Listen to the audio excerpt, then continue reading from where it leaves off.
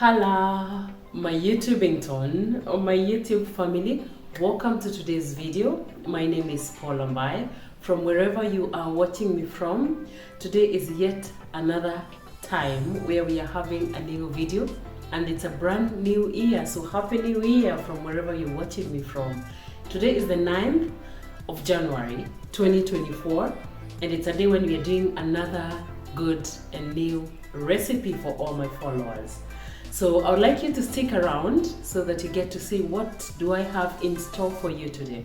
And without wasting much time, Happy New Year once more, and let's do our first video of the year. So join me and let's get to the kitchen and let's see our brand new recipe. So we begin by fixing our dough. So I had already made the dough prior, guys, but it's because it's pretty easy to make.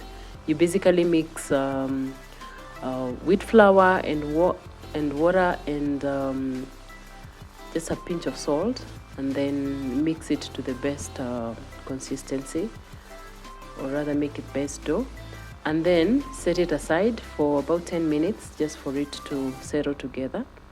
Now you pick your dough, cut it into 2 equal parts, then you make the 2 rounds like I have done right there.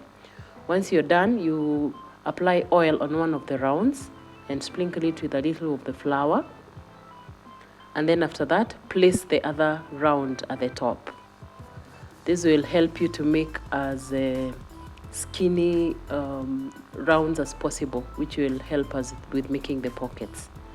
Yeah, so once you've put them together, now you roll over with your rolling pin and make sure they are as slender as possible. Yeah, just do like I am doing. Make sure you make a perfect circle with the best of your ability, and then from there just place it on the pan. Yeah, so you have 2 very thin rounds. So you cook them for about 30 seconds on either side, and then you remove. And then you cut like I am cutting here. You cut them into the first half and then again to another half to make quarters. So now these quarters are the ones that are gonna turn out to be our pockets. Yeah, so you begin to separate them so that you can have the slender pieces. Yeah, so the rounds, we've cut them into very slender quarters, and you begin to remove them, detach them from each other, so they have one very slender piece like this.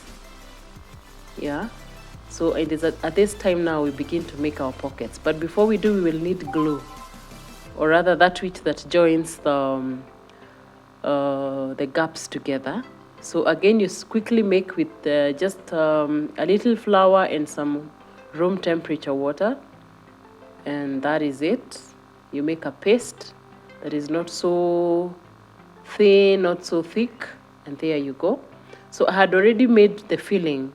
Remember, this video is all about making the pockets. So I had already made the filling, which is just minced meat and fried with a bit of onion until well cooked. So this is how we make our pockets. From the middle, and then apply some glue on one side of the slit, like that. Yeah, and there we have our pocket. Then you can put in your filling now at this point, and from there you seal, again using the glue. Key point to note, whatever you do, you must ensure that you do not leave any loophole or any tiny hole where the oil can seep in, because if you do that, now your samosas will get very soggy with oil, becoming impossible to eat. So you must make sure that you do not leave even the slightest hole open. Yeah, ensure you press the corners to seal completely. Now let's do it again.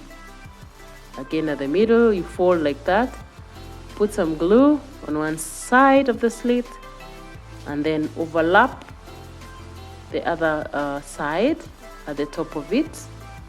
ensuring you press the tip because you do not want to leave even the slightest hole. Then again, fill in and close. Not forgetting to press the corners again. Put in the glue. And then you seal. Press the corners so that there is no space. And there we have our samosas.